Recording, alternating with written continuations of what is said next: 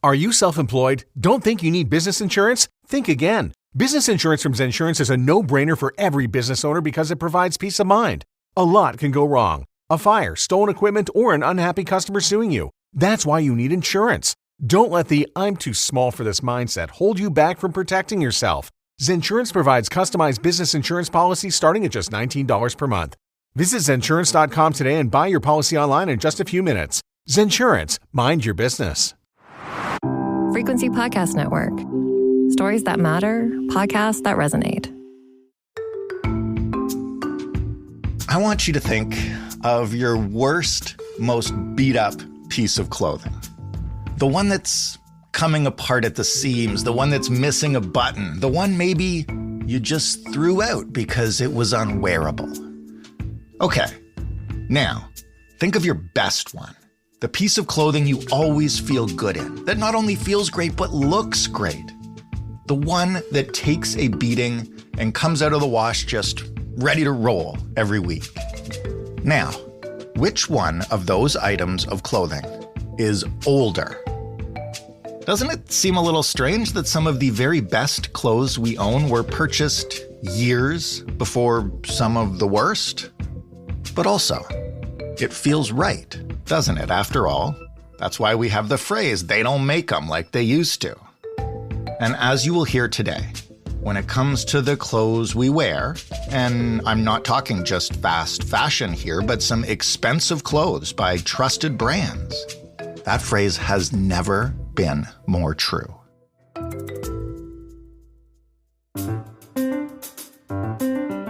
I'm Jordan Heath Rawlings. This is The Big Story. Monika Warzecha is the digital editor at the Walrus, where she also investigated the decades-long decline in fashion quality. Hello, Monika. Hello, how are you? I'm doing very well. Thank you for finding a few minutes for us. No problem. I will start by asking you this. I think a lot of people know it's big, huge, whatever, but can you give us a sense of the size and scale of the fast fashion industry? Sure. So the fashion industry itself is absolutely massive. Some estimates put it into trillions of dollars, while fast fashion itself is more around $100 billion. And since about the year 2000, the production of clothing has doubled.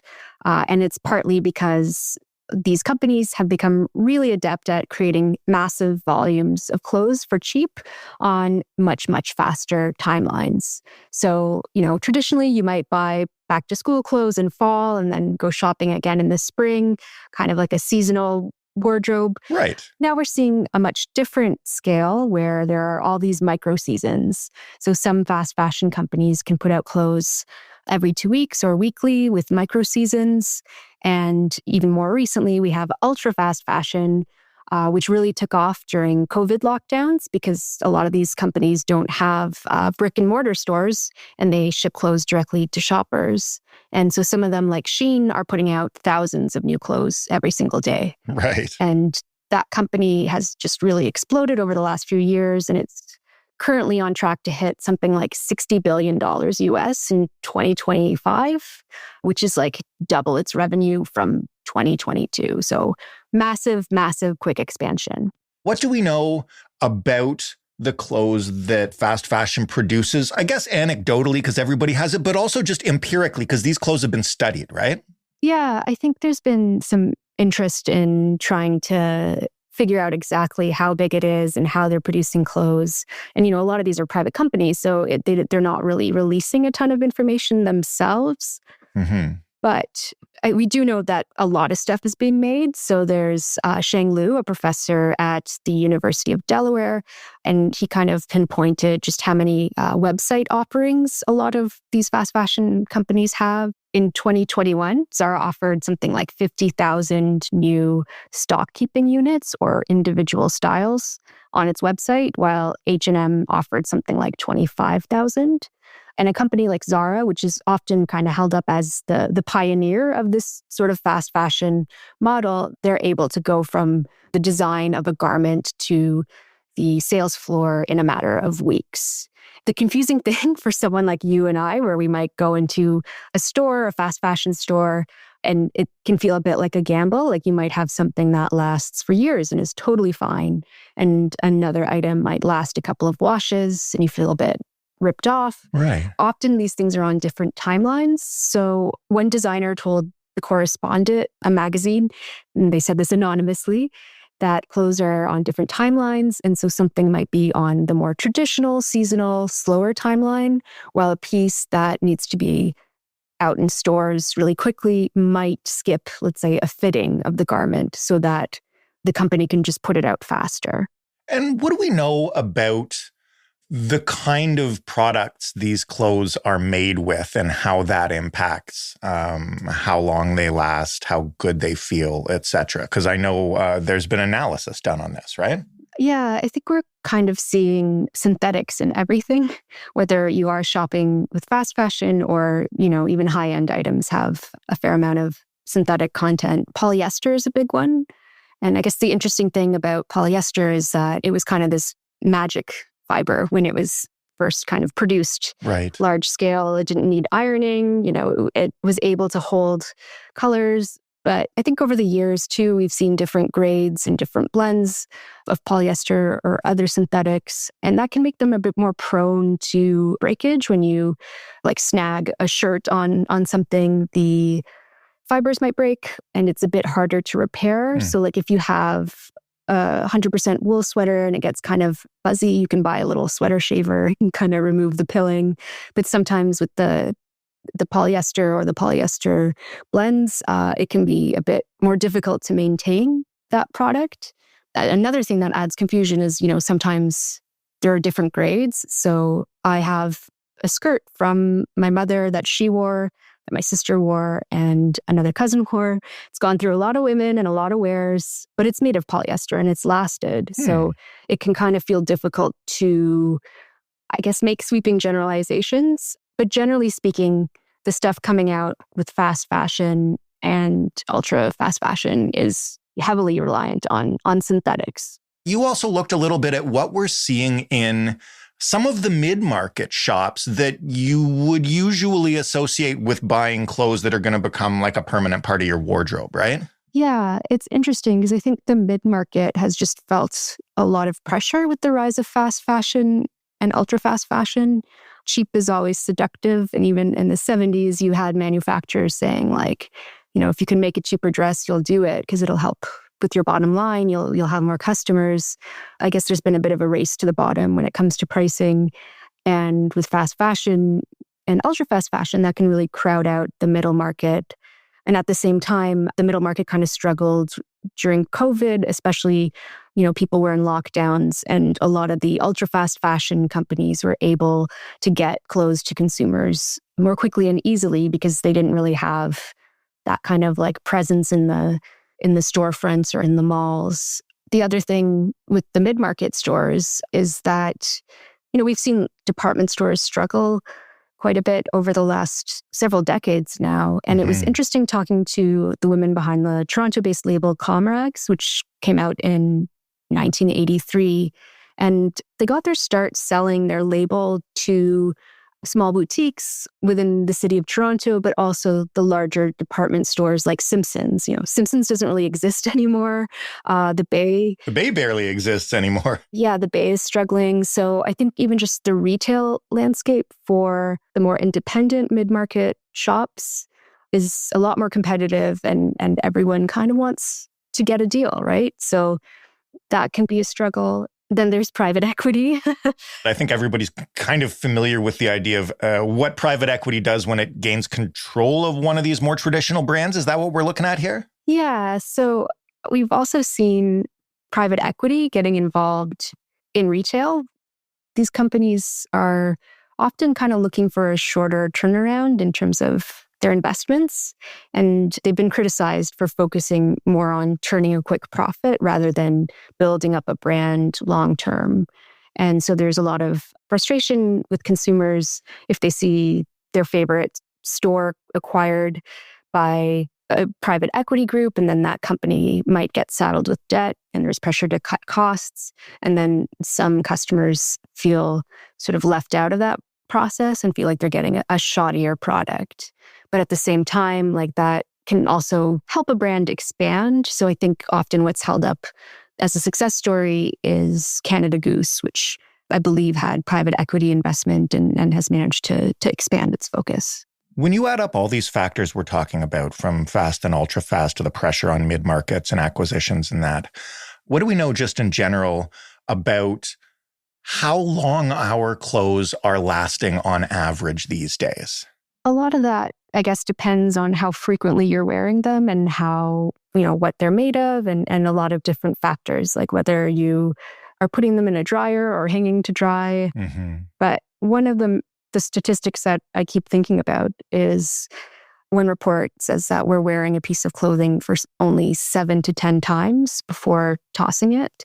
And it's hard to say whether that's directly quality-based or whether it's just this sort of amped up trend cycle that we've also seen. Right. It's us too, right? It's us too, especially with fast fashion, and there's new clothes coming out every day or every few weeks. And so people might be motivated to just get rid of something, especially with a cheaper, newer, trendier alternative. Basically, the amount we wear a piece of clothing has declined by more than 35% in the last 15 years.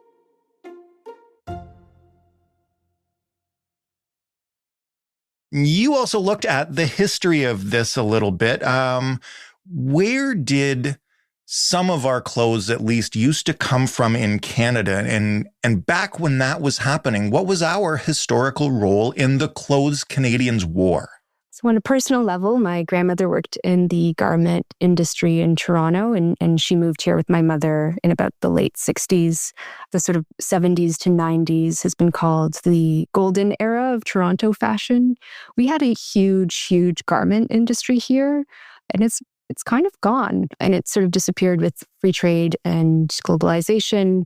Other parts of central Canada also made a ton of clothes. Montreal, I think Montreal even eclipses Toronto, or used to at least. Different parts of the country may have had different specialties. So Alberta and Manitoba were known for their denim specifically. I think sometimes we forget just how much that was just part of life. You bought a sweater or a skirt, and it could have been made in a factory in your own city. You could have been sitting on the bus across from someone who made your pants or your jacket. And I realize here I could be talking about a lot of products beyond clothing, but when and how did that change for Canada's clothing manufacturers, at least? In about the 70s, Canada signed on to something called the multi-fiber arrangement. It was like a global trade agreement. And in Canada, it sort of limited the amount of imports that were coming into the country from places with lower wages. And so it was kind of a protection for the garment industry here. But over time, a lot of countries were frustrated with the agreement. Some argue it kind of created this sort of black market for imports, or that it was treating specific countries unfairly. And then you kind of see free trade take over. And by around 1995, the countries involved in that agreement decided to let it lapse and have this sort of 10-year phase out. So that really started to hit local companies here hard, especially in the early aughts when the sort of arrangement was essentially finished. And then there was a bit of a race among a lot of companies to sort of move production to countries where it was cheaper to make things. That went hand in hand too with some of the quality issues we're seeing, because it's also around this time that you're seeing fast fashion sort of really start to take root. We've talked about the fabrics that are used and, how quickly they're made and how much of it there is. What role does the how play in all this? I think technology is such a fascinating part of it. I mean, technology is at the root of so much clothing production, whether it's, the Industrial Revolution to even changes in the 70s with like double knit and the sort of technology being used to sort of make the process more efficient. There's a historian that calls fabric the first technology because we were making it before we were making things like metal. And I think the online world, both with social media and the rise of fashion influencers and things like that, has really kind of amped up that trend cycle where you're kind of feeling the the social pressure to maybe buy something new, or you see something you like. And I think the other aspect of online shopping that's really fascinating to me is what researchers have called dark patterns. So there's a way in which retail sites, whether they're fashion or otherwise, can kind of nudge us and manipulate us a bit into buying things we might not have fully intended to. So one of those things is called social proof. So sometimes you're on a website and then you get this little pop-up that says, Jordan just bought this in Calgary. And then you're like, oh, interesting. And sometimes like that's not actually true. Like there's just something in their back end that shows these pop-ups. And then I think too, like anytime you buy something in person or online, they ask for your email. And then it just feels like, oh, is the Gap stalking me? I swear I get an email from them once a day telling me about this sale and I have to act now. And so they create this sense of like urgency and scarcity. And I basically have an email address with a mildly embarrassing name that I started when I was 15. And it's kind of become what people call, the retail email. So all that sort of junk just goes there and I don't look at it. I'm not wading through all the sales information when I'm trying to like connect with a friend or a coworker. All of that junky kind of act now, 30% off, don't miss it type stuff that really encourages us to buy stuff that we can't actually physically touch or try on, that can kind of start to add up. So for me, I've tried to shop online a lot less because I just find something that I might look at for 2 seconds in a store and be like, it's already pilling on the hanger. Right. Sometimes you get it and you almost convince yourself you like it to avoid standing in line at the post office to return it. And that gets at the last thing I want to talk about, which is what we can do about this. You mentioned shopping online less. I also think that it's tough to also just say like, go out and try everything on. Because as you mentioned, there's fewer and fewer retail stores. And, it's also easy to say like, well, buy quality products. But we're in the middle of an affordability crisis too, and you still need to dress yourself. So how do you navigate the world where the cheap stuff won't last and the expensive stuff is harder than ever to find and afford? I think secondhand, thrifting, vintage clothing has been destigmatized to a certain extent over the last few years. It wasn't that cool to shop at a secondhand clothing store when I was a teenager, but now anytime I'm in a secondhand store, it's like it's jam-packed with young people. And so I think there's a lot of people who are seeking out secondhand clothing in larger quantities than before. In the New York Times, they just talked about this, where a lot of the sales and a lot of the excitement in shopping is now happening around resale and vintage, to the point where in New York City, the sort of huge flagship stores of both H&M and Banana Republic have a sort of mini boutique within them that has older clothing, resale items, vintage items from that brand.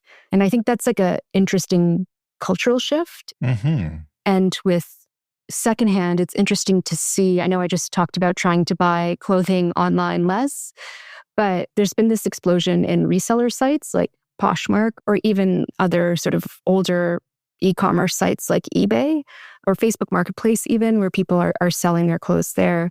And often, if you're kind of put off by the idea of secondhand clothing, there's a ton of stuff that has the sort of new with tags logo on it. And I think like that's potentially an avenue.